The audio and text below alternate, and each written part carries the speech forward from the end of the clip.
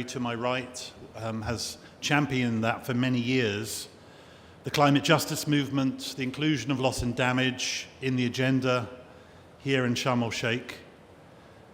But climate action itself also has human rights impacts, both positive and negative, and really that's how we position the just transition conversation. Now, although the Paris Climate Agreement of 2015 makes reference both to international human rights and to just transition, it is a bit of an inconvenient truth, I think, this framing of just transition in human rights terms. Sometimes people call this delayism.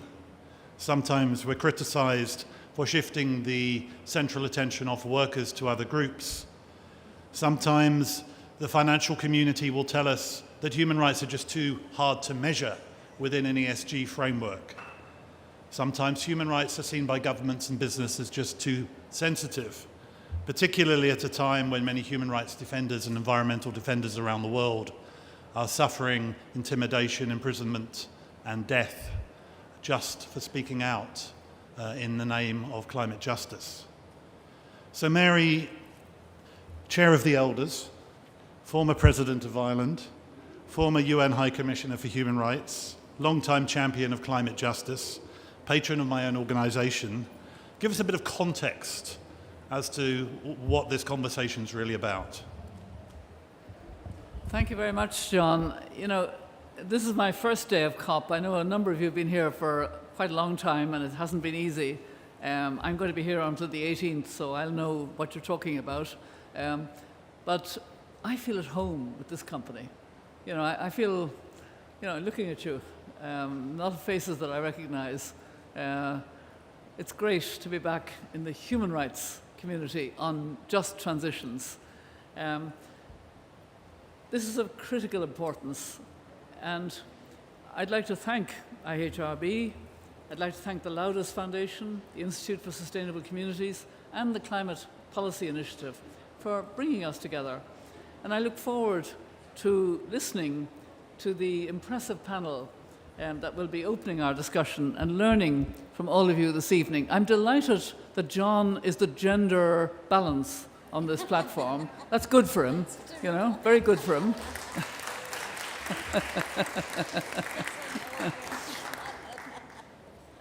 As I'm sure many of you know, a broad range of UN human rights special procedure mandate holders came together last week in a common message to us all, that human rights must be central to all of our considerations, as the Paris Agreement itself recognizes.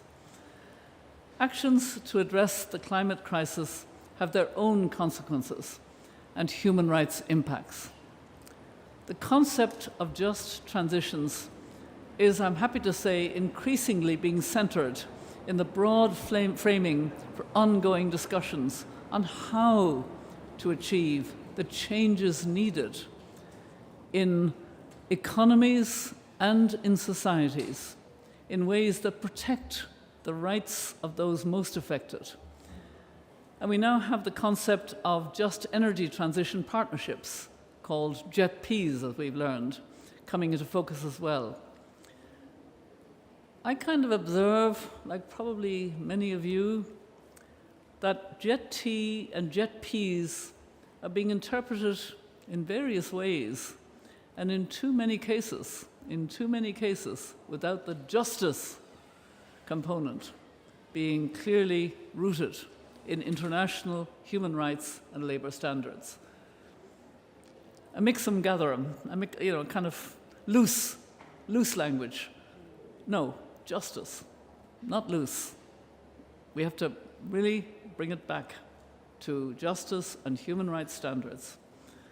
Another challenge, as I learned from a recent visit to South Africa as chair of the Elders, is that it's hard to deliver the justice component without concessional finance. Retraining workers doesn't come for free, and yet less than 4% of the JET-P funds being provided to South Africa are grants, and only 1% is dedicated to social projects. So kind of, it's loaded against the very thing we're supposed to achieve. And we have to, call that out too. If you're talking about just transitions and justice, you have to actually resource a really just transition. I was very pleased to be with IHRB, John, at COP26 in Glasgow last year, to begin looking at how energy transitions are being implemented. We're making the case that business and human rights standards, like the UN Guiding Principles on Business and Human Rights, can help steer all actors in transition planning and implementation. And of course, since then, the need for stronger and more coherent standards has become even more urgent. Standards relating to workers impacted by transitions are clear, thanks to the ILO, to the ITUC, and to trade union efforts over many decades now. But what about just transition for wider communities, as well as Indigenous peoples, consumers, and many other potentially affected groups? That's far less certain. And as multiple and varied interpretations continue to flower, the danger is that we lose sight of what the justice element actually means in practice. And that's, I think, going to be a core part of our discussion here today. An expression I've heard recently being used in place of just transitions is just transformations. I kind of like that. Just transformations, because that's really what we're talking about. And we're talking about a holistic, comprehensive idea of just transitions that will drive societal transformation, that will benefit the well-being of all people. A truly just transition will not be just a transition. It should tackle the inequalities and injustices caused by, and frankly exacerbated by, the climate crisis and lead us to a much better future. Yesterday, as you'll recall, UN Secretary-General Antonio Guterres released his criteria for what a meaningful net zero claim must look like to combat greenwashing. Just transition must be no different. Our challenge is to deepen a common understanding of what is and what is not a just transition in key sectors like energy, but also in agriculture. I've just come from a meeting on agriculture under Chatham House rules. And I said, when are we going to come out of the Chatham House rules? Because actually, just transition in agriculture is absolutely vital. And hopefully that will happen at the next COP. Also, just transition in the built environment, just transition in apparel, just transition in manufacturing. We need to move towards a common standard with the human rights framework at its very core. I hope our discussions this evening can help us to move in that direction as effectively and as quickly as possible. Because one thing is very clear, we need to work with urgency to shape change for all affected communities and to offer pathways to decarbonization across the economies to keep 1.5 degrees in reach. So I'm going to be listening carefully. I'll say a few words at the end, whatever I pick up as being really smart ideas, really good ideas moving forward. I look to the panel, and they're all women, so I know I'm going to get really good ideas. And it's just nice to be home. Thank you.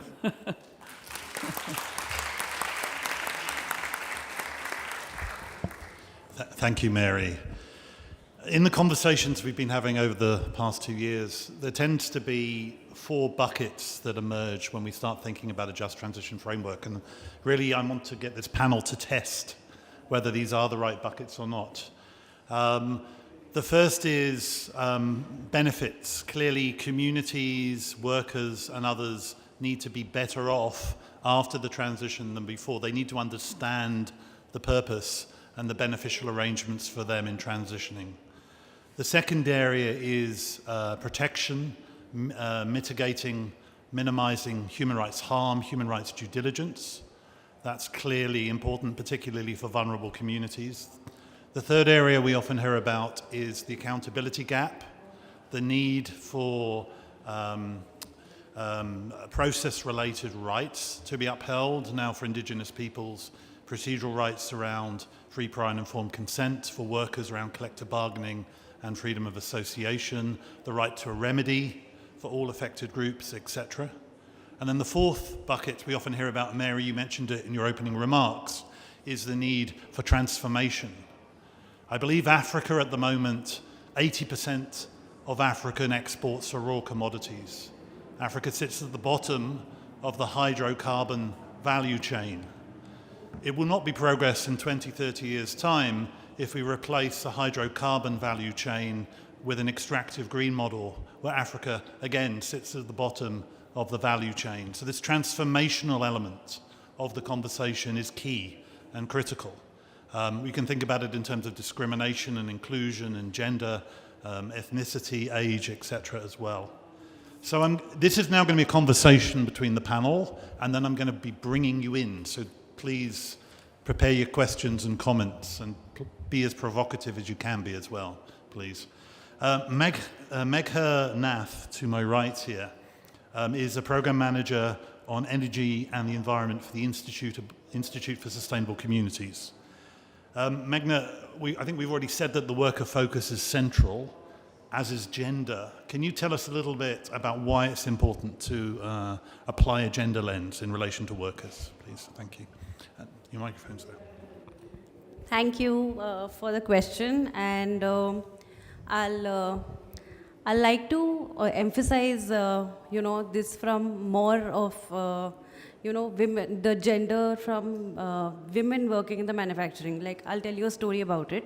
But I have basically been working in the climate sector from the past 10 years, and I'm glad to have found Institute for Sustainable Communities because of their unique way of, working with tackling climate action, centering equity.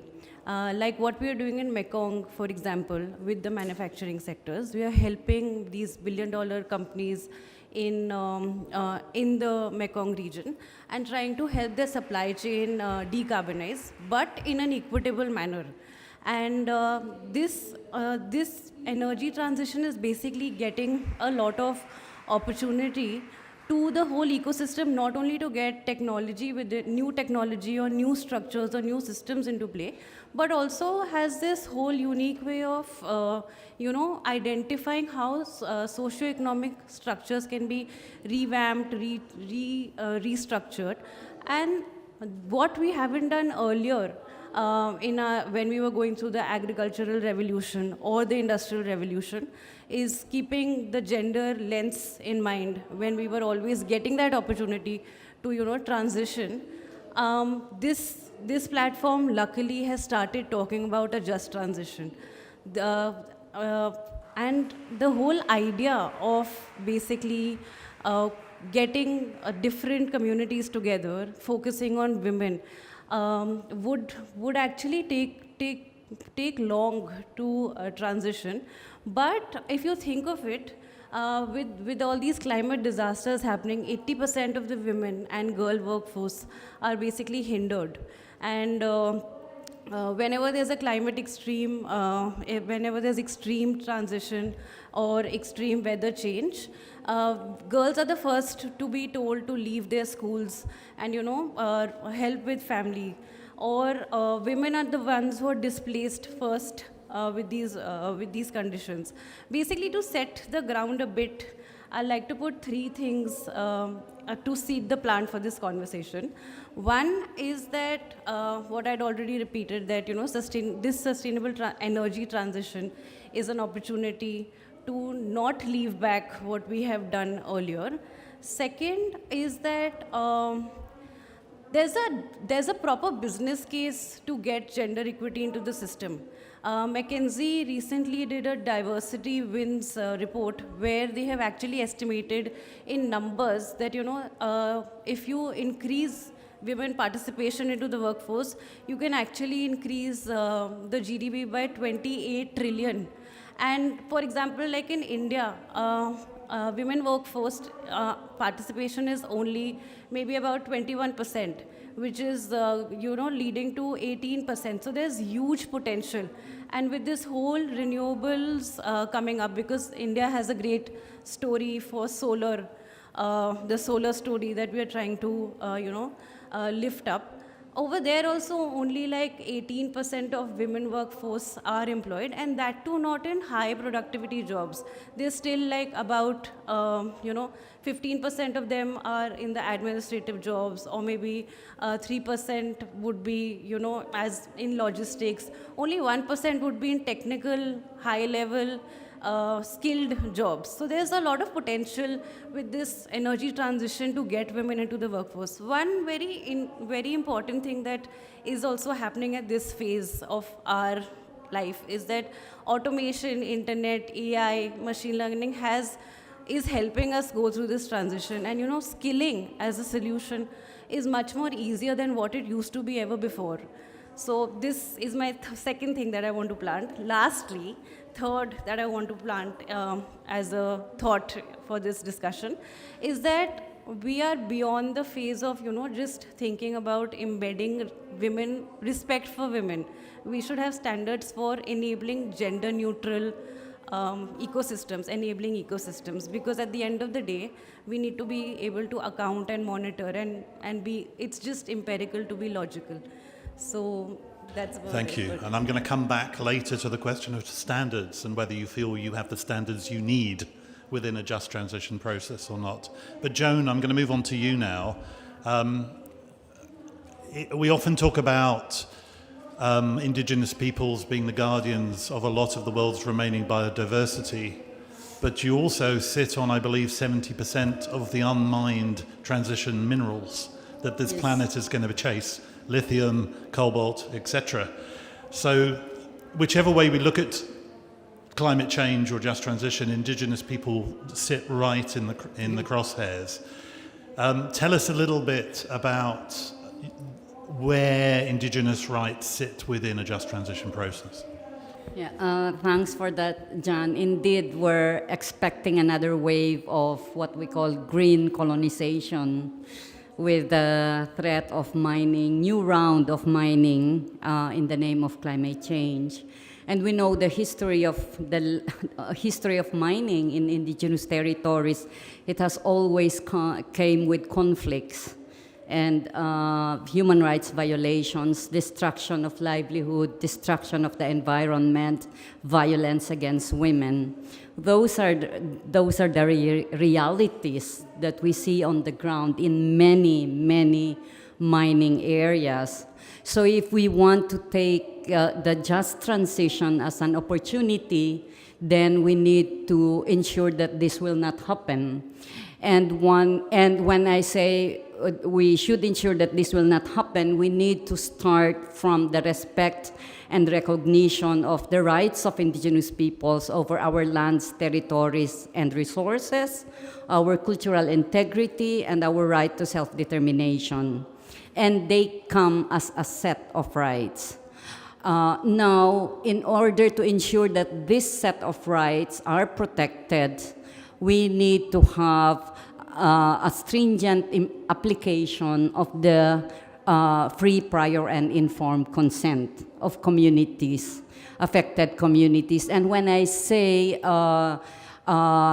free, prior, and informed consent, it requires the independent and collective decision-making of communities as they define and they design. So we are not talking of just getting individuals, but rather respecting the way indigenous people's self-governance and systems of decision-making are done. So that is part of what we say, the right to self-determination.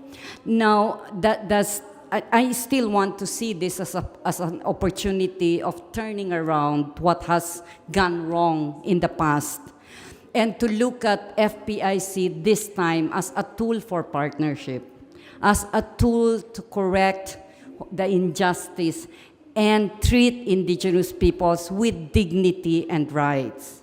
And so the engagement with indigenous peoples should start with goodwill and good intentions, that we do not just do consultations, just to get what we want, but rather do consultations to listen and get the perspectives of indigenous peoples. I want to mention what one of our leaders has mentioned, that when there was a mining company in the area, and their area is a very productive area for their rice fields and vegetables. And he said, this area has supported my ancestors. It has fed my ancestors. It continues to feed us now. And we want to pass it to the next generation so that they still have food to eat. I will not exchange this land if the future generation goes hungry. That is the challenge. That the way we perceive our resources is different from the way it's perceived by others. It's very commercialized and monetized, but the way we value it is not given consideration. It's like, okay, you need to give in because we need this now, because otherwise we cannot achieve the just transition. So we are again being asked to sacrifice. And that should not happen this time. So you're not against the just transition? Yes. But you're against an extractive approach to it? Yes, definitely we are not against the just transition. We really want to have a shift away from fossil fuel. What we're saying is, let's do it right this time. Let's do it with social equity and justice. Very good. Thank you.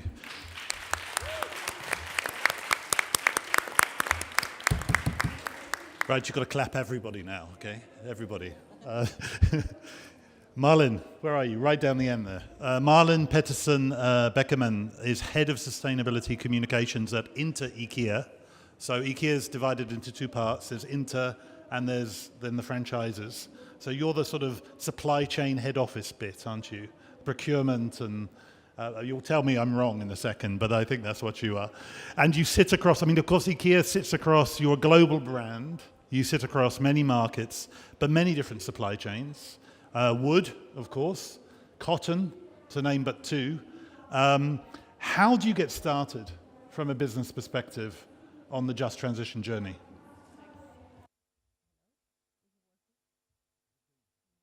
Okay, thank you. Thank you so much for giving me the opportunity to be here today, even though I'm not an expert on the topic. My colleague could unfortunately not join, who was meant to be here.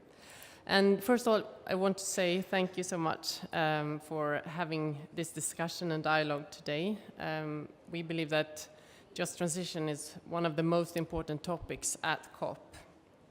And it's critical that we come together to, in an open way, discuss the dilemmas that both business and society are facing, and also provide more clarity on how we can address this topic and collaborate.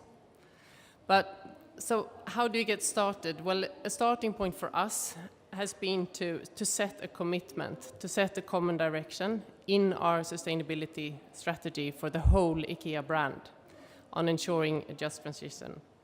And just some context, so as you tried to explain how we're set up, but IKEA is operated through a franchise system, and we have 12 franchisees with IKEA stores in about 60 markets. And each company under the IKEA brand then sets its own targets to contribute to the common commitments. And that's to ensure that their unique local context also shapes the actions that they're taking.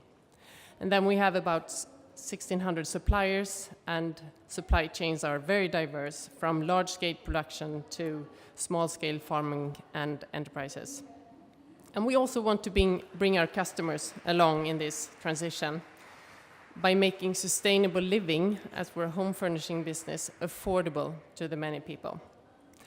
And we have a clear ambition to become climate positive and circular by 2030, taking a full value chain responsibility for our footprint. So from raw materials to product end of life. And then during the spring, we revised the social chapter of our sustainability strategy to further strengthen our commitments to respect human rights and contribute to resilient society.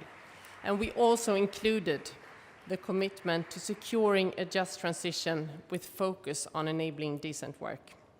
And during our revision strategy, the process, we consulted with external stakeholders, NGOs, and trade unions and philanthropic organizations. And it was quite clear that there was an expectation to include just transition in our strategy. And we also see that the many commitments that we already made are integral to securing or enabling a just transition, such as providing our commitment to providing decent and meaningful work across the value chain, and also the commitment to respecting freedom of association. And at the heart of it is the respect for human rights. And another way to get, as part of getting started or working with this, is to leverage existing standards and operationalize the already existing standards like the UN Guiding Principles on Human Rights. And also the human rights due diligence is a useful tool to address the wider implications of a just transition, also on vulnerable groups like children. And then, of course, we need to build on our already the learnings from our already ongoing work, such as our responsible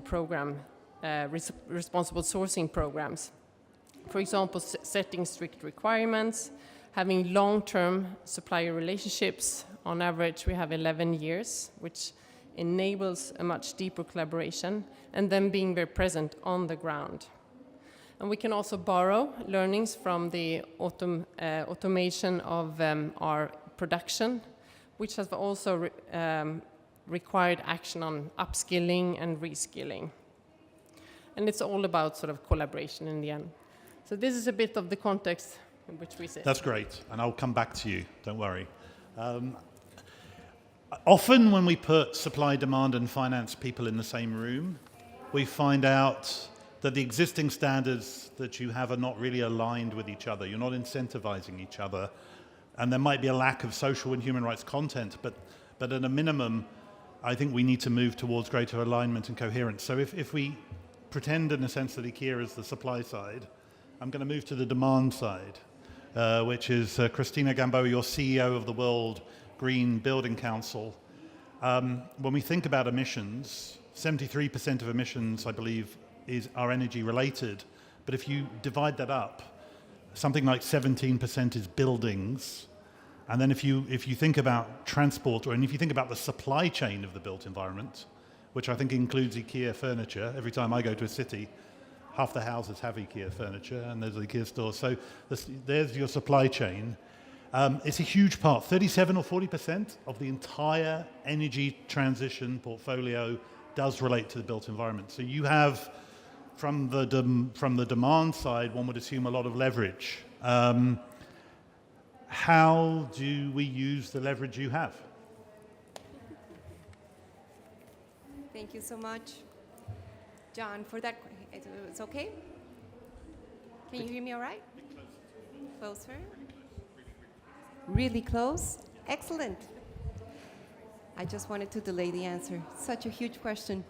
Thank you so much. Yes, I'm very honored also to share and around the responsibility that I take very seriously and very humbly to lead a global movement that is in the infrastructure space, because it has a huge footprint. I represent the network of 77 national green building councils around the world, 15 in Africa alone, that are willing to put out a vision, a different vision of what we want from the built environment. And actually, we're calling for a quality of life and people to be at the heart. And of course, we are nature, and that means also developing in harmony with nature. The built environment has a huge footprint, as John was saying, in terms of 37% of energy-related greenhouse gas emissions relate to buildings. If you look at cities, that comes almost to 70% when you integrate systems, when you integrate transport, when you integrate other infrastructure, so it's tremendous. The development of cities has been very quick in the last few decades. Urbanization has been relentless, in particular in the developing countries. I'm from Colombia. I understand the challenges of the pace of needs from people in terms of having quality infrastructure and shelter. And the big issue here, I believe, from the demand side is that we have a movement at World Green Building Council that understands that we need to be doing more with less. We need to be embracing the opportunity to leave space for others to thrive and to put the pen of, let's say, designers, right? We have a footprint, but the pen that designers have in their hands today can have a huge carbon impact beyond any measure. And the shift goes into that transition, how to make sure all those people that are having an outcome in infrastructure also that is going to be with us with decades, designed today, change the trajectory of where the sector is going. A recent report this week we launched at COP27 to celebrate, let's say, where we are. Unfortunately, it's not that good. The sector is not decarbonizing at pace and scale. So if we shift and look at a social value conversation, understand that this is about empowering people to make better decisions and empowering the sector to talk about social, another let's say, lens, we see nature positive, right? We know that biodiversity crisis goes hand in hand with what's happening with the urban crisis. The social positive aspect has to come front and center. And that means I heard Joan loud and clear about communities co-designing their future. We heard it loud and clear of companies wanting to be in the right page of transparency and disclosure.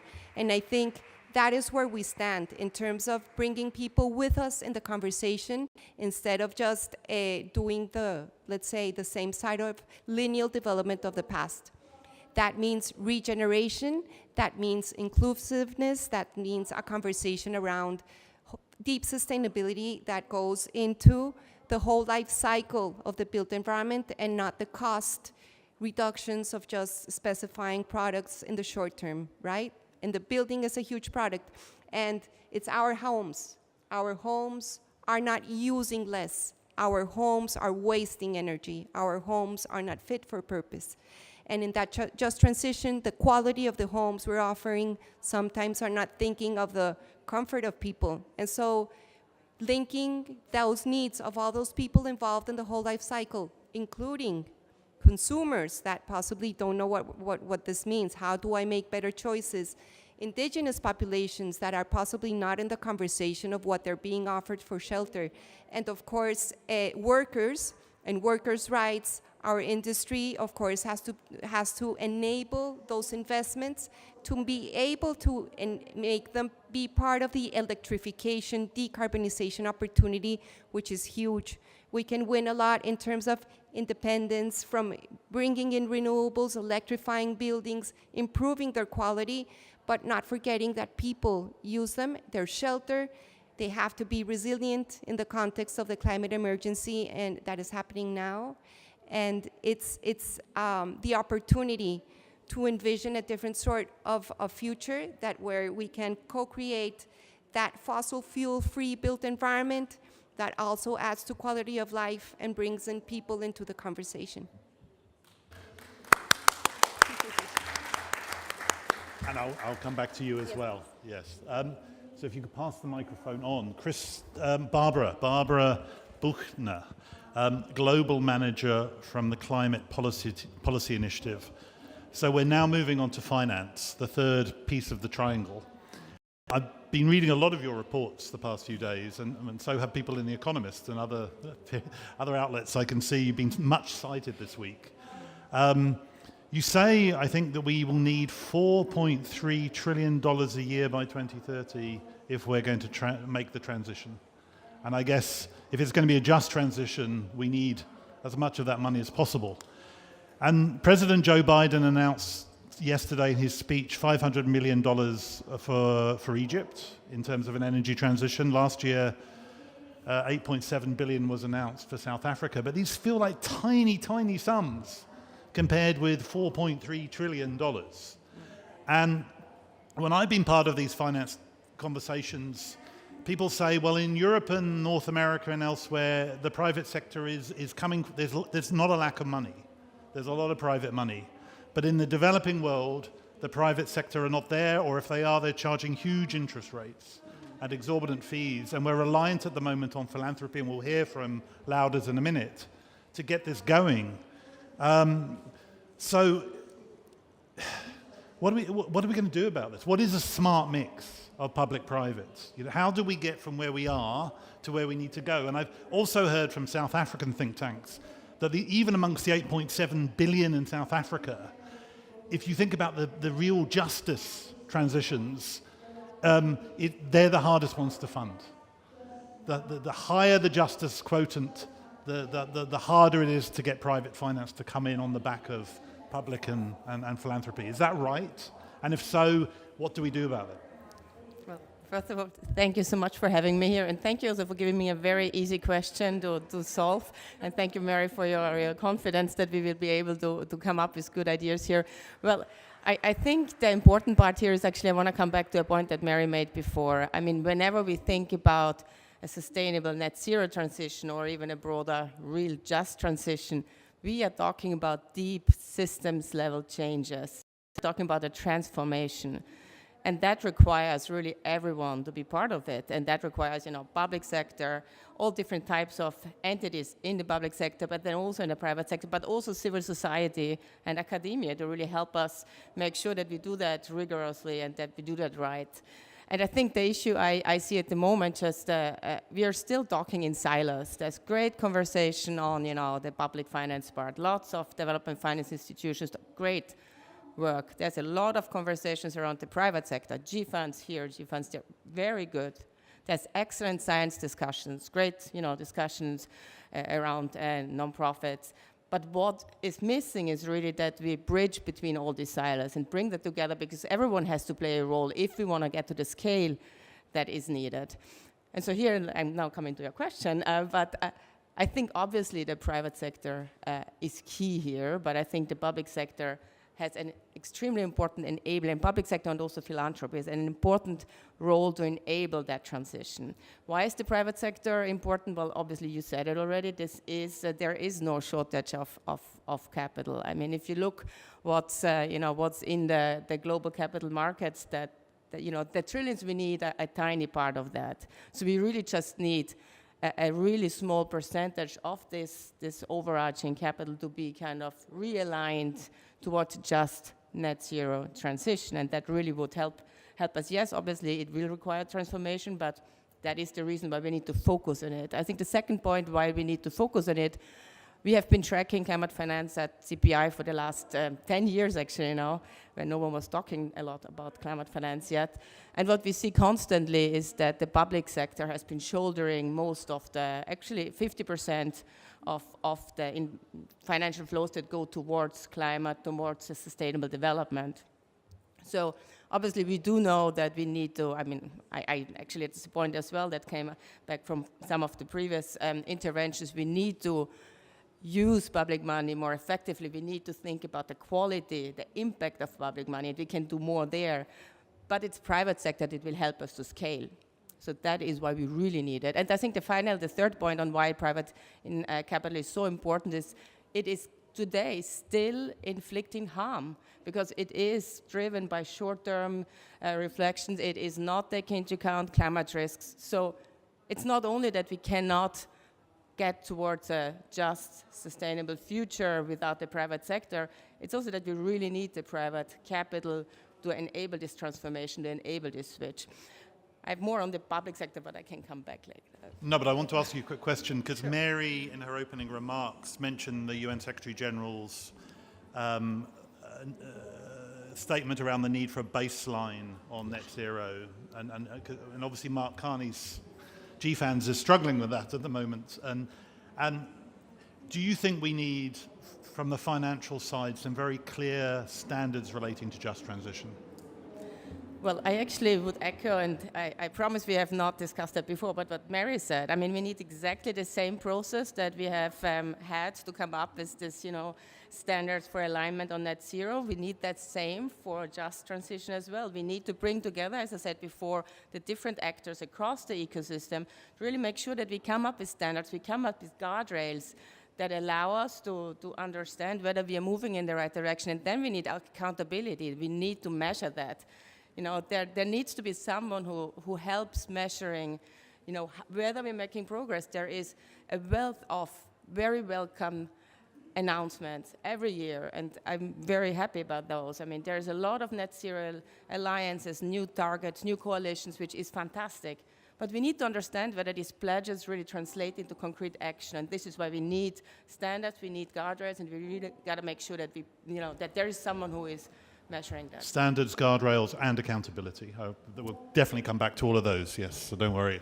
I know we'll come back to all of you, because I know you haven't all said everything you prepared to say, but there'll be weave it in to the discussion as the challenge. And you guys, think about your questions, because we're going to come to you in about 3 minutes, so please don't leave me hanging. I'd love to see some. We have a microphone ready, yeah, we do.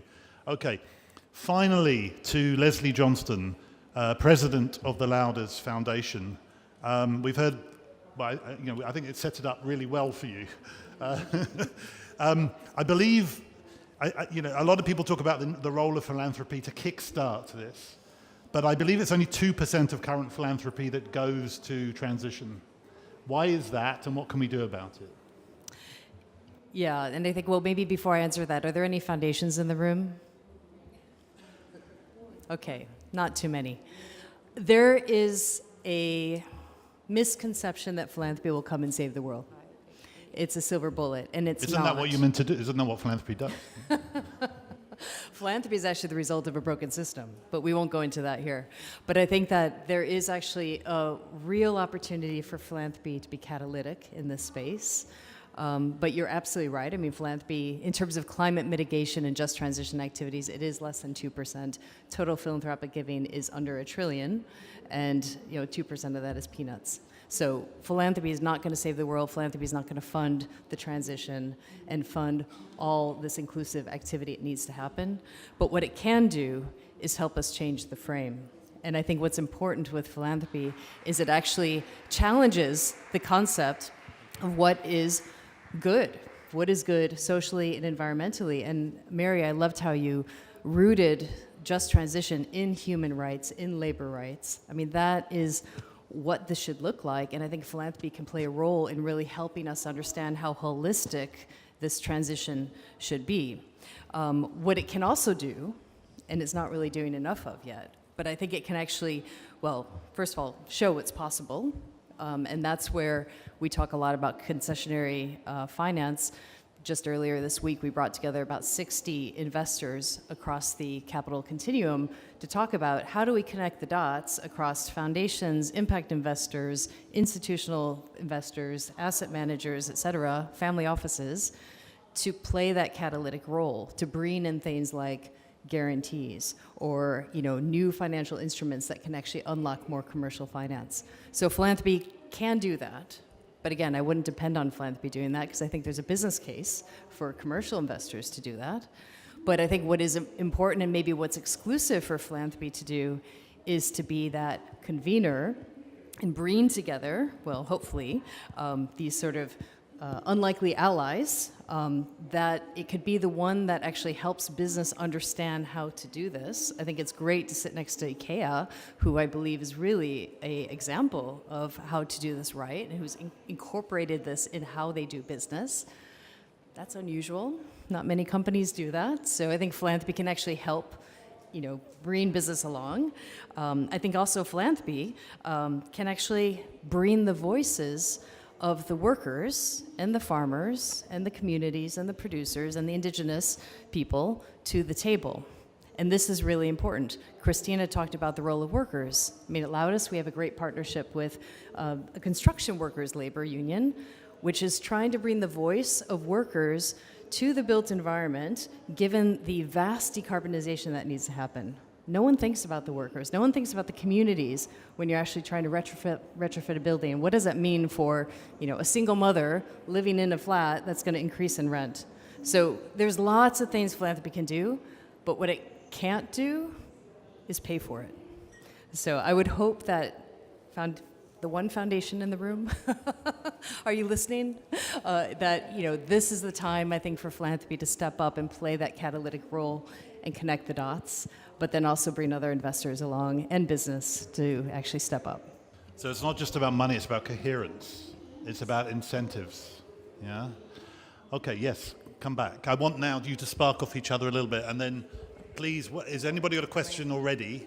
All right, there's one there, yeah, so we'll 2 questions, so we'll come to you very quickly. 3, good, right, but I think you wanted to come back, yeah. Just very quickly, I fully echo what Leslie just said. I think we have to be careful, this is the silver bullet, and they are going to save us all. Philanthropy has such an important role to enable us to think through all these issues. There are so many open issues we don't know yet exactly. How will these standards look like? I mean, philanthropy, that's the framework what you said, but also the catalytic role. I mean, we need someone to help demonstrate, maybe a project that, where you bring other investors, but demonstrate it, pilot it, help us come up with different solutions and show it works or it doesn't work. And if it doesn't work, well, then we learn from it.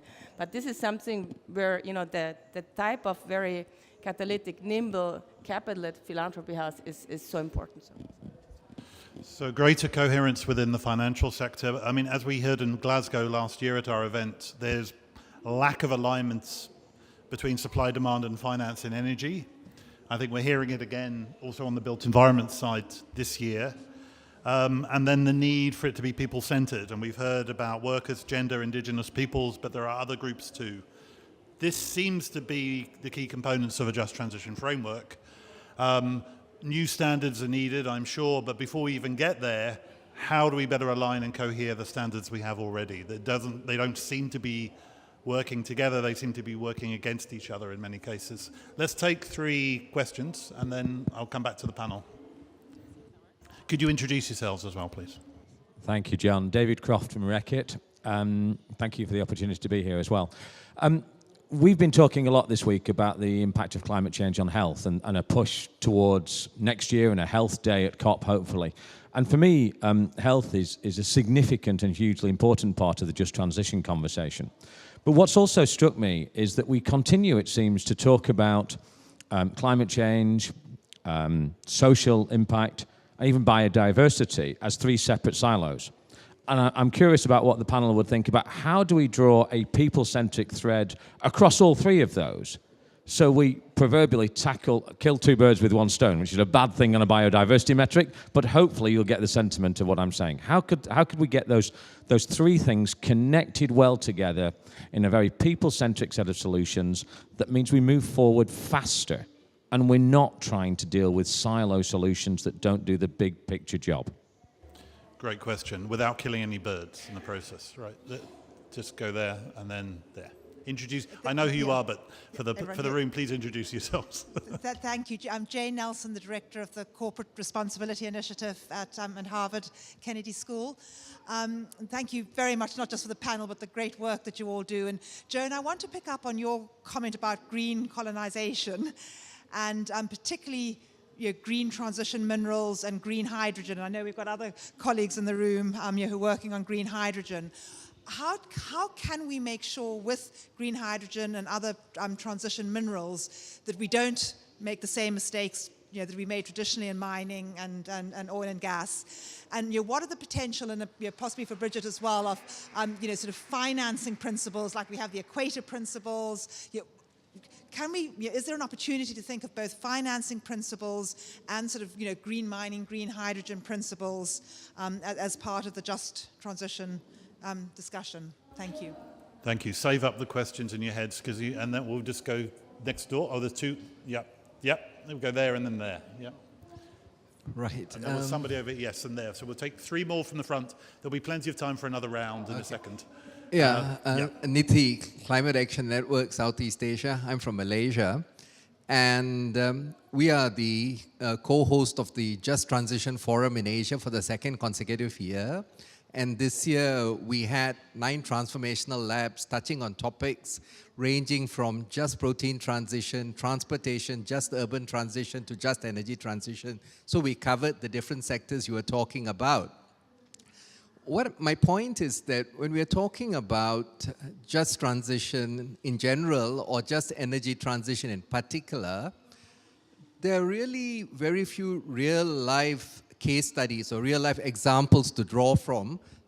So Southeast Asia has been given this golden opportunity to embark anytime now on a 4-year project together with ILO, ITUC, and Wuppertal Institute to go into an active coal mining region in Kalimantan, Indonesia, to come up with a model for just energy transition implementation. And I think Climate Action Network Southeast Asia has got the most exciting component of that, which is the community engagement, stakeholder involvement. ILO is talking to government and employers, ITUC is talking to the workers. We are engaging with the community. And Mary, we have to bring a transformational effect which incorporates procedural justice. You know, who gets what? Procedural justice, who gets a seat on the table? Distributive justice, you know, who gets what? And restorative justice, addressing past injustices to come up with their own vision for the future. Not us telling like, this is what you should transition. Oh, you're working in a coal mine, now go and work in the green economy. You know, it's more than that. So we have this wonderful opportunity to create this real-life example model of what a just energy transition to look like. And we welcome all your support. I hope I'll be able to reach out to all of you all for inputs on incorporating the human rights dimension, etc. This is my question to the panel. I'm coming to my question now. We've heard of the just energy transition. Okay, now it's the question. Very quick, just energy transition partnerships.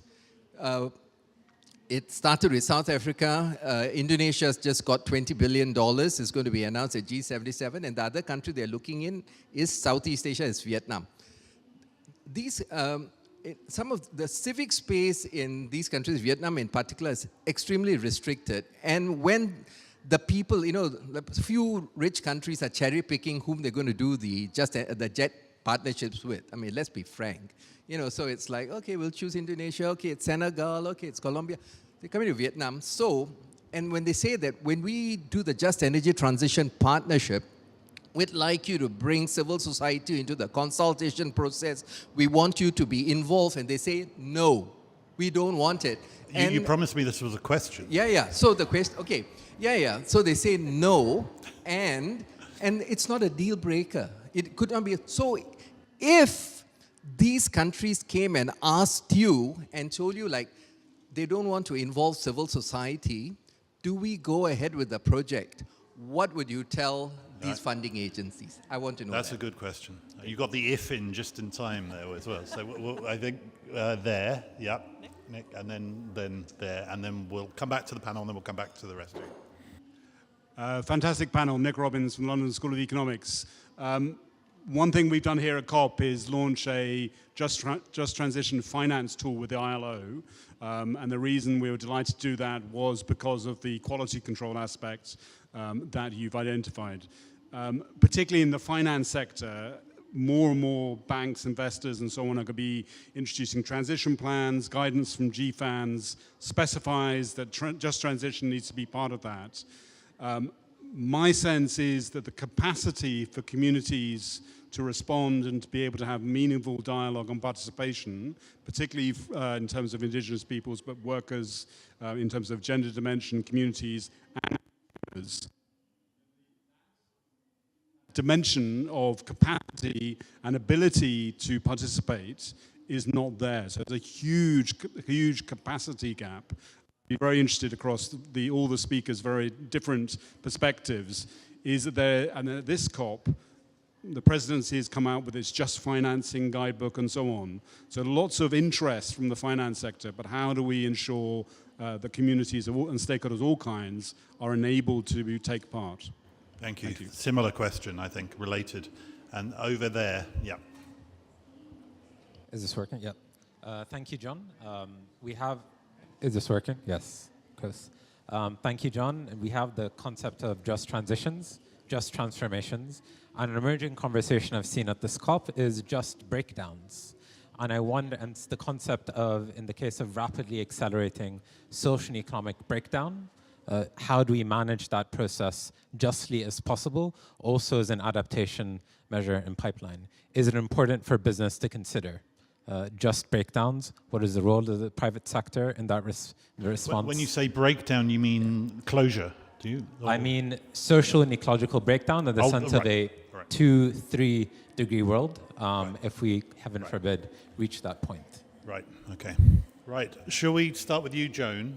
I mean, don't try and answer everything, otherwise we'll be here until midnight. But so we'll start there, we'll work our way back along, and then we'll come back to the audience. Yeah. Yeah, just a quick response to the question on how to ensure that the green colonization will not happen. I think it's the first thing to do is to identify if there are indigenous peoples in the area, and then connect with indigenous organizations. In many countries with indigenous peoples, there are existing organizations. My organization works in several countries, and we're part of a global network. So we can also be approached, and we can link you to the organizations at the country level. So that's the first step to do, I think. Now, I just want to respond to what the guy from ILO said on the need for capacity. I think capacity is both ways. It's not just communities that needs capacity. In fact, it's the other also. Those engaging with indigenous peoples need capacity because they don't understand us. Then it's always like we have to understand them. And we need to learn the language of them and not the other way around. I think it's also important for others to understand our values, our perspectives, and our aspirations. So we need to be frank that capacity building, everybody needs capacity building. That's one. The other also is on the multi-stakeholders engagement, that is really necessary, but we need to also make sure that we differentiate between the rights holders in the different stakeholders. Because rights holders, like indigenous peoples, need to have their rights also respected. That we are not just being consulted, but we have rights that has to be respected. And we need to be on the table and not just NGOs representing their interest, right?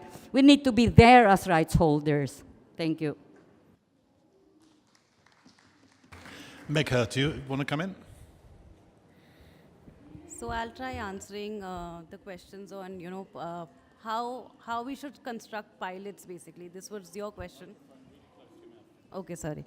I will try to answer the question on, how the philanthropy sector can actually do pilots and scale up. So before coming for this, I was heavily involved in the G20 talks also. And over there, I realized that, countries aren't really talking to each other who have the same problems. And we are all working in silos with very smaller sections of the society, trying to come up with these models. And somehow I myself am working in India with the manufacturing sector in an ecosystem-based solution, trying to see the skilling part, trying to see the technology transition, trying to see whether there's demand, whether there is space to make choice from the factory floor level workers side. And the gap that we are still facing is whether everything will get financed and if there is enough demand for this. So that gap is there. And the second thing is that there is a need for a forum where countries do talk about project implementation and trying to finance things depending on similar solutions and where problems are getting solved. For example, in Southeast Asia, like the textile industry, cotton is a universal problem, and there is a lot of scope to do that just transition bit where we are talking about decarbonization and equity for women, for example, because that sector is really strong where we see women participation, for example, as compared to the rest of the factories, like the hard to abate kind of factories, where the conversation is very different, where we have 0 participation to 10% participation. So, but there is hardly any interaction even between Indonesia and India, for example. So that there is a gap, and that's, I would blame it on our sides, where we are builders of, trying to do, seed that information within governments, within the finances. Like this gap could be fulfilled by the NGO sector for sure. A little bit about the breakdowns that you mentioned, and I feel from an economic point of view, this is going to be the way you will go towards a stable ecosystem. Like we are talking of when we all last COP were talking about, trying to achieve net zero by 2050. There was this whole conversation of a peak year, and every country was talking about conditional net zero. And I mean, the same kind of conversation now has transitioned in the just transition conversation, where we will see a dip in wealth, definitely. And then, of course, we'll try to achieve the end goal. The last bit on skilling, what we have figured out is that there is still no imagination on the ground level of what kind of jobs can really come into picture. Like if I go and talk to a factory owner or to a farmer corporate, they can't visualize what a job role would come into play, when we are seeing this transition. So it's very obvious that, okay, I have to be energy efficient. I will think of renewable. I'll think of green hydrogen. So I need a technician who will repair and maybe monitor. But there's not enough information on that. So there's lots of scope to even do research on that. Thank you, that's very clear. Mary, do you want to come in at all at this stage? No, we'll bring you in later. Okay, Cristina. I thought I was going to get a break. So I would like to come back into the people-centric comment. I was saying in the opening remarks that the built environment has to design out its wasteful energy, and decarbonize. And I think it's time to design out the negative social impacts that the sector has had. And what I do refer to that about, I agree totally with the need that we shift towards this just transformation and have some standards around it, because decarbonization, it's not happening in the built environment as fast as it should be, but it will happen. Yeah, it will happen. That's why we're also, as Mary was saying, we're here home working on it and making an unusual coalition of partners to make sure we're going in that direction. But if we're putting people in the center, then that means, and what I'm saying, design out the social negative impact, is we have not been giving the adequate attention to workers, tenants, local communities. Sometimes built assets are set with certain standards, and sometimes when the project goes along, they look at the footprint of the asset and social sustainability, for example, the maximization of occupant comfort, health and well-being, human rights of workers, their contribution to GDP. Workers in the construction industry are 7% of overall workforce in the world. And so that impact, their involvement has a possibility of protecting their health and well-being if we consider the whole life cycle of what a built asset means, from the design, from the operation, which is a long time, and also when we are going to address any improvements or changes. So I would say, and this what I'm saying is, with the Institute of Human Rights and Business, we've been working and collaborating on this for some time. I'm referring to designing in social value benefits so that we value community impact, jobs created, health and well-being of workers and occupants, I said that, but the social equity across the supply chain, because sustainability has to be also associated with that human-centered well-being. And sustainable finance is going in that right direction, but we need much more. There's an example in the UK, the Social Value Act, that is requiring commissioning of public services to think on how they secure wider social, economic, and environmental benefits. But that's just a silver lining that is not good enough. We need to have a broader scope, community benefit. We need encouragement and guidance and collaboration to trickle down what we want to do in decarbonization and make sure this is front and center, and the World GPC Network is up to the challenge. Thank you, Cristina. Barbara. Well, lots of very good interventions here, and I'm very happy to hear all that. And I could go on for a long time, so please stop me at some point, but not too early. I think I want to go back to what I said before. I think we need this holistic framework. We need this holistic approach. We need to start thinking outside of the box. So yes, we will need to address all the different silos together. I mean, we need to put people first, people at the center. So yes, we don't have that yet, but we have a lot of lessons from principles, from different types of frameworks. It's time to really try to look at that with a fresh, view and just trying to bring that together. So I think, no, we don't have it yet, but I do think we have a lot of lessons that we can learn from different experiences and emergent experiences. Again, Nick just talked about his work. This is excellent work that they're doing around just transition financing. We've been working, this RMI and the Climate Bonds Initiative, about how to think through, when you should finance accelerated coal retirement, and we've been thinking about what does that mean for just transition, what could be specific indicators. So I think what we need to do is really bring that all together and really try to build on it. And this is why, what I said, the framework, what you said before, I think this is so important, just to try to really build on existing initiatives. No need to reinvent the wheel, there's a lot out there, but bring them together and try to make them comparable and put them into one framework that then allows you to give you indicators of how we're making progress. Just maybe two very quick points. I think the examples, I think it's extremely important to have different real-world examples around just transition. We're working in India with actually a few coal companies and trying to really understand the concerns from workers, the concerns from local governments. There is a loss of revenues for local governments. So there is a lot we can learn, and I think there is a need for this sharing knowledge and lessons and bringing that together from different countries. So I think I totally hear on that and certainly see that's an important part. And then the last point I want to make, participation, capacity building, how do we enable participation?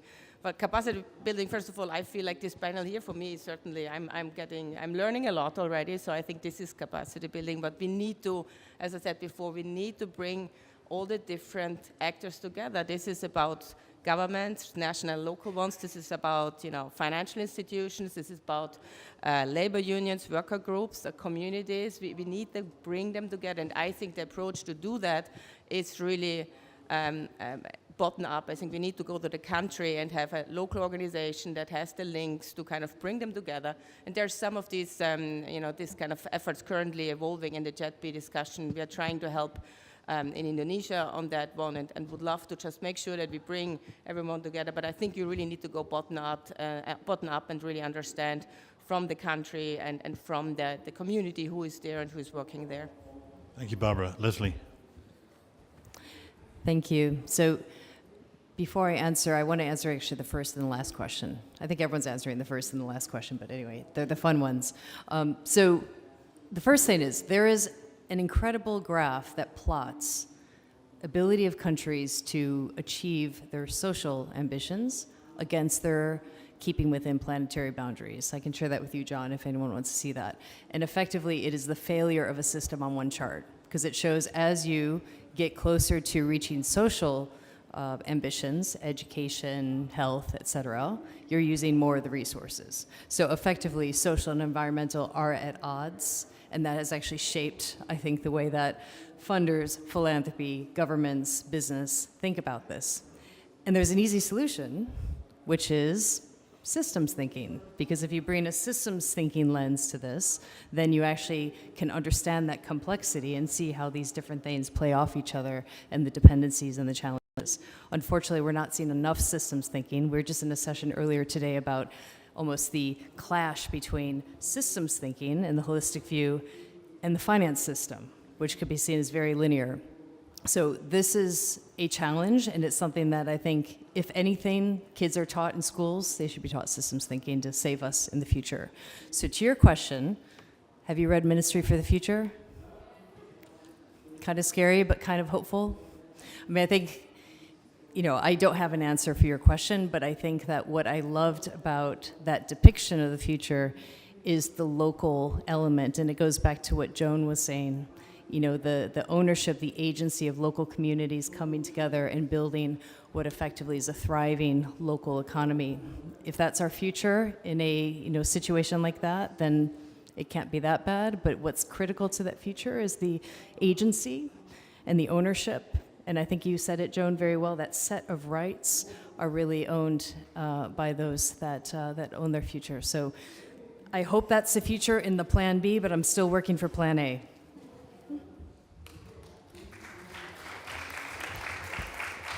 I think that deserves a clap. That's why I clapped. Marlon. Yeah.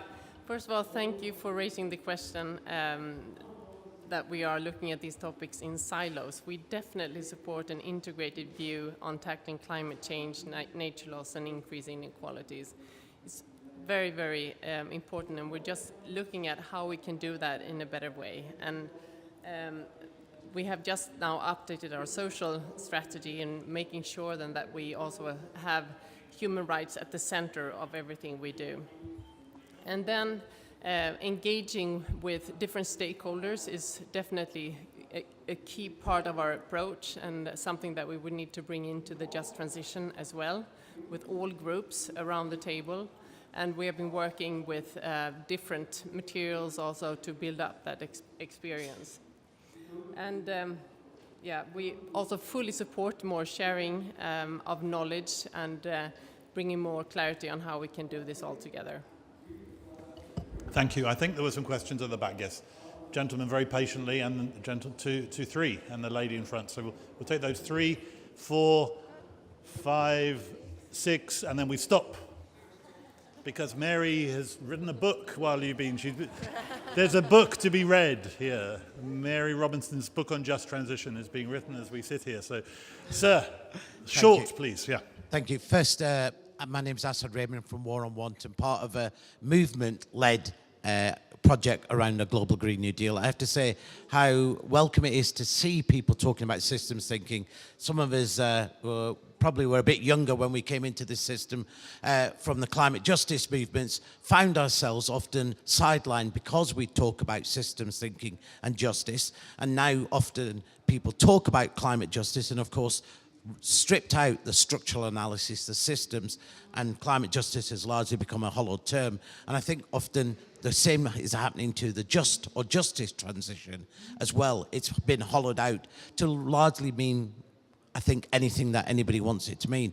I want to just also have a point of, I suppose, reality check for us. We saw, of course, we've still not met the climate finance goal of 100 billion. The Standing Committee on Finance assessed between 5 and 11 trillion on just 30% of the existing pledges. We've not seen progress on adaptation, and of course what we're now talking about in trillions in terms of loss and damage, and then we're now talking about a just or a justice transition and the scale. So I think there is also a big question about, you know, is any of this possible within the current economic construct? And at what point do we stand up and say, there is a crisis of this system and this economic system? Now, from movements, we've always said, look, there are 4 key pillars for our just transition frameworks. You know, a fair share and equity approach to 1.5, which does mean decarbonisation by the rich countries in real zero by 2030. It does mean tackling inequality and poverty. It does mean also recognising there are planetary limits, you know, not just in terms of resources, and I think that was a very well point in terms of we have to think about a post-extractive future, not simply replicating the fossil fuel extraction to a new green colonialism, but there are also systems in place that, of course, both historical and current finance, tax, trade, but also the vulnerabilities that have come through colonialism, etc. So I want to just say that when people talk about capacity of our movements and our people and who's around the table, that's important. But I wonder where you stand on the question of building our power, because it's not simply being at the table that matters, it's about how powerful you are at the table and where you see movement power within this discourse. Thank you, and thanks for getting to a good question there. Lady there, yeah. Hi, thank you so much for such a valuable panel so far. My name is Jodie Ann. I'm Canada's G20 Youth Delegate this year. We've heard a lot of very great kind of discussion with intersections on women, workers' rights, Indigenous people's rights, etc. I just want to ask the panel, where do you think intergenerational equity stand in this just transition, and what your organizations have been doing to kind of ensure intergenerational equity in this transition? Thank you. Yeah, that's my favorite question of all. I just want a reflection on that is I don't think the human rights community is very good at talking about intergenerational rights, with the exception of Indigenous peoples. I think that's the one area of the human rights domain that even has the tools needed for that. So, brilliant question. If I'm allowed to say that. Gentleman at the back, yeah. And then we'll come over there. Oh, and yes, won't forget a very familiar face in the middle there. Hello. Thank you so much for that. I have two quick questions for... Who are you? I keep forgetting to ask people to introduce themselves. Okay, my name is Shailesh Singhal and I represent a network of young people on green hydrogen by the name Youth for Green Hydrogen.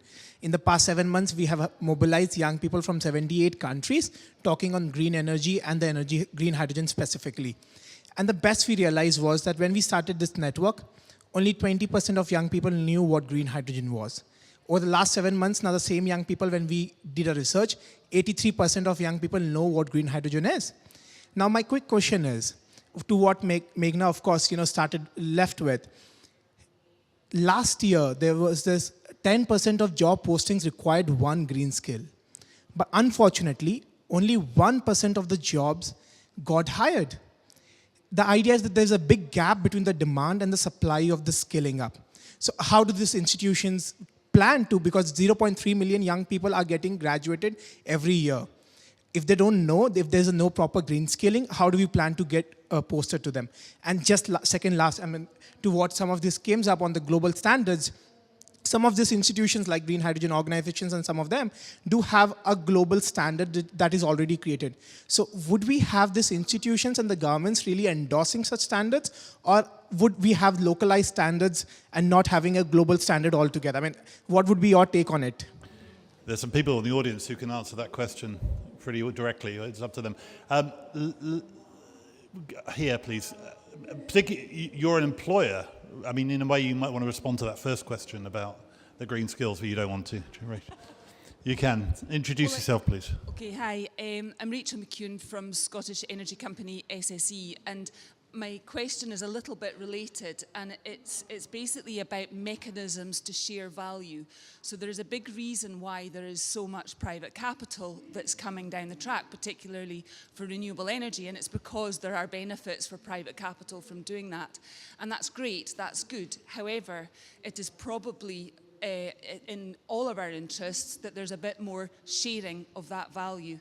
So I suppose my question is, and this is the same for if it's primary resources that are being extracted or from the ground, or if it's from the air and the wind, it's exactly the same. It belongs to all of us, I suppose. And my question is so there is the opportunity for some direct community ownership, but I like this notion of co-benefit, co-ownership, sharing sort of across the piece. And my question is specifically about how we can create more mechanisms to make that happen in a happy way with good consequences. Thank you very much. These are brilliant questions. We'll go to the lady there. And there won't be time to answer all these questions as a panel. I will maybe if you can answer some in 30 seconds. Shall I give it quickly? Yes, go ahead. Lindsay Cook from the Quaker United Nations office in Geneva. My question, we know the limitations to voluntary standards. So, what law would a government pass that would best hold businesses to more effectively respect and protect human rights, including just transition in climate action? Thank you. Thanks for a very concrete question. So binding standards as opposed to voluntary. Should we start at this end? Can you really do it in 30 seconds? I'm going to have to be, because Mary needs time at the end to sum up, and there's drinks to be had, and we have to finish on time. So Marlon, 30 seconds. Yes. Just pick whatever you want. Well, I wanted to address the question around taking a child's rights perspective on just transitions, and we're actually exploring that right now together with UNICEF to see both the direct and the indirect effects. So climate change, of course, impacts children here and now, but also the future generations, and what does that really mean? And also the knock-off effect of families, for example. So both direct effects and indirects, and here and now and future. Thank you, Marlon. Right, Leslie. Okay, first and last question again, really quickly. So on the first question, I think you nailed it. I mean, we're talking here about this power imbalance. I mean, when we started Laudes, we talked about mindsets, rules, and power need to change in order to shift the system. And I think that your question, can we do this under the current economic construct? No, we can't. We need to change the global economic system. We need to change the incentives. And that's why new thinkers like Kate Rayworth and others that we're supporting are offering an alternative framework. So that needs a change. Last question, which was around voluntary versus mandatory. Absolutely, we will not go far enough with voluntary. Mandatory, we need mandatory human rights due diligence, which is making its way. It's not strong enough. It sets the floor, and that needs to be ratcheted up every year and raising the bar. And hopefully we'll get there, but right now the bar is too low. Thank you very much. Barbara. Okay, very quick, because Leslie just, the second point was the point I wanted to make as well, so I think fully echoing her on that one. And I think just saying on global versus regional, I do think we need some kind of global framework. I think we need to be able to at least be able to compare between, where people stand, where countries stand. But then I think you need a bottom-up approach. You need a national approach just to take into account the national circumstances of different countries and of different communities. So I think you need to have a framework that is global, or I wouldn't call it a standard yet, but I think a framework, and then really try to come up with approaches that are driven by national circumstances. Thanks very much, Cristina. Thank you. Yes, I think we have to continue to empower with the right knowledge on the urgency of changing, riding the wave of the clean energy transition in a positive way. And that by that I mean making sure that there is equal opportunity for those that need that skilling and that opportunity to thrive, but listening to communities' needs, not just, making a negative effect, a negative social effect, and creating value, social value, through the spaces we live and thrive, because it is about the people-centric option. And I think that conversation will require some mandatory standards that can then trickle down to community solutions, because that conversation still needs to happen. I'll do 10 seconds on that, because of course we support mandatory due diligence. The danger is in the European Commission proposal at the moment is you have climate-related due diligence there, human rights-related due diligence there, and there's a lack of intersectionality between them. Just transition falls down the middle at the moment. So there's a danger, I think, the way that legislators think about this. Mary, I'll come to you last. So let's, which of you wants to go? Yeah, go. So I'll take the standards question and the skilling question. So basically, ESG is really taking a kick in the globe. And if you analyze it, the intersection of ESG also has a lot of scope to include the just transition standards. And though I feel it's going to be a global intake, but you can't have standards that are, that are not taking the regional aspects into consideration, because that again will create that gap. And the second thing about skills is that yes, we need to create the skills, but we have to also sensitize the employers to get the give that direction towards adoptions of those skills. I just want to respond on the comment for the social movement. Definitely, we need strong social movement at all levels. We need to push and push for systems change. On the issue of the intergenerational, I think I have pointed out that it's very inherent in indigenous perspective and cultures to be intergenerational. That's why it's important for us to conserve our resources for the future generation. On the standard, for us, the standard should be the free, prior, and informed consent as the social license to operate. And finally, I just want to add the dimension of the just transition to also add the issue of access to renewable energy. Let's not forget millions of indigenous peoples and remote communities do not have access to energy. So we should not forget that. Thank you. Mary. Well, it's both been a very rich discussion from the panel and actually very, very good questions from the floor, which I expect in human rights company. You know, it's to be expected. I thought it might be useful if I listened carefully and kind of remembered certain phrases, because this has been far too rich a discussion to try and sum up. So I'm going to go through the speakers, and some of the phrases came in answering questions, and some came from what you said. And it's just a random, but it's what I heard. Megha, you know, you began with a strong focus on the gender lens, the intersectionality, the gap in financing, that women are more affected in extreme events, etc.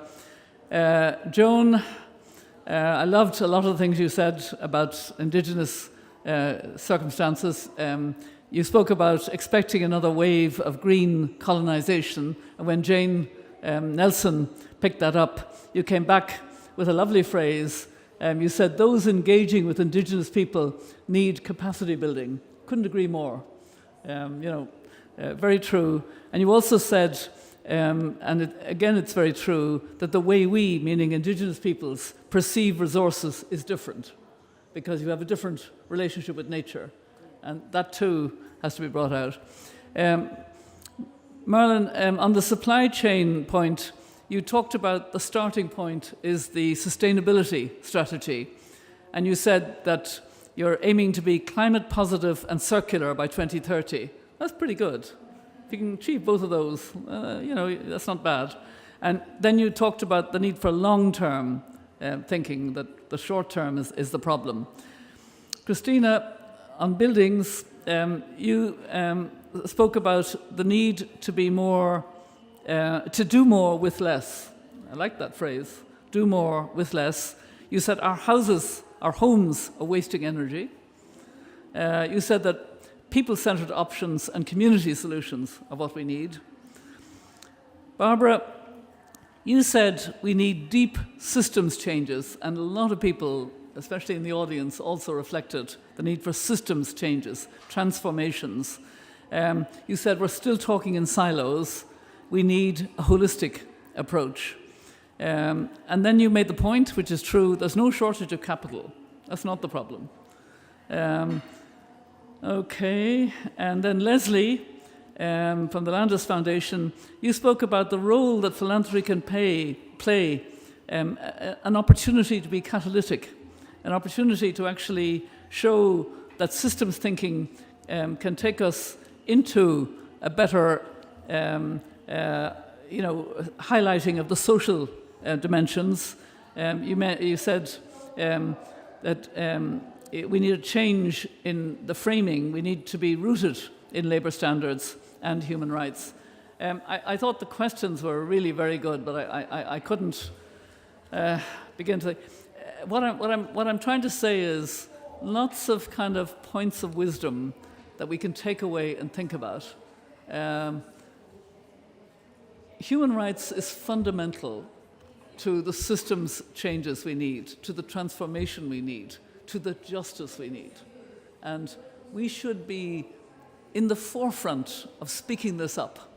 We should speak about, highlight, be confident that we bring to the table vital, vital messages. And I've just given you some of the messages from the panel. Some of them will say, well, I had a better message and she forgot about it, but sorry about that if I forgot your best message. But I did hear some really good wisdom from this panel, but I have to say some really good, sharp, pointed questions as well. And the thing I'll take away myself is the reference to systems change, to real transformation. Yeah, okay. Thank you, Mary. There will be drinks and nibbles if you can stay and continue to talk. Thank you to the panelists. We're going to do one clap at the end for all of these people, so just don't clap. One, thank you to the panelists. Thank you to you here and online around the world. Thank you to our partners at the Laudes Foundation, the Institute for Sustainable Communities, and the Climate Policy Initiative. And thank you to my colleagues, Hayley, Sarah, Guna, and Ali, who've been tremendous this week and continue to advance this work at IHRB. A round of applause for all of those people.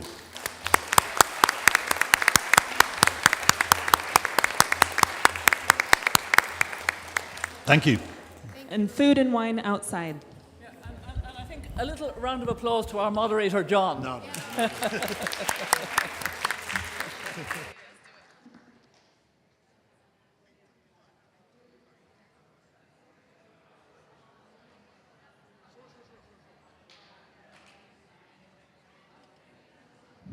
Excuse me, if I can just get everyone's attention really quick to say, we will get in very big trouble if any food or wine or drinks or nibbles are consumed in this room.